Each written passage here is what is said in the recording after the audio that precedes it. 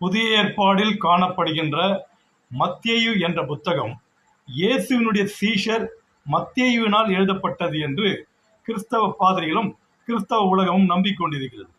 இது மத்தேயுவினால் எழுதப்படவில்லை. இந்த புத்தகத்தை மத்தேயு எழுதியிருந்தால், நான் ஆயத்துறையில் உட்கார்ந்திருந்தேன், இயேசு என்னை கண்டு எனக்கு பின்னாக வா என்றார், நான் அவருக்கு பின் சென்றேன் என்றுதான் வந்திருக்க வேண்டும். ஆனால் மத்தேயு 9ஆம் அதிகாரம் 9ஆம் வசனம் கூறுகிறது, இயேசு அவ்விடம் விட்டு புறப்பட்டு போகையில் ஆயத்துறையில் உட்கார்ந்திருந்த மத்தேயு என்னும் பேர் கொண்ட ஒரு மனுஷனை கண்டு எனக்கு பின்னாக வா என்றார், அவனும் எழுந்து அவருக்கு பின் சென்றான் என்று வசனம் கூறுகிறது.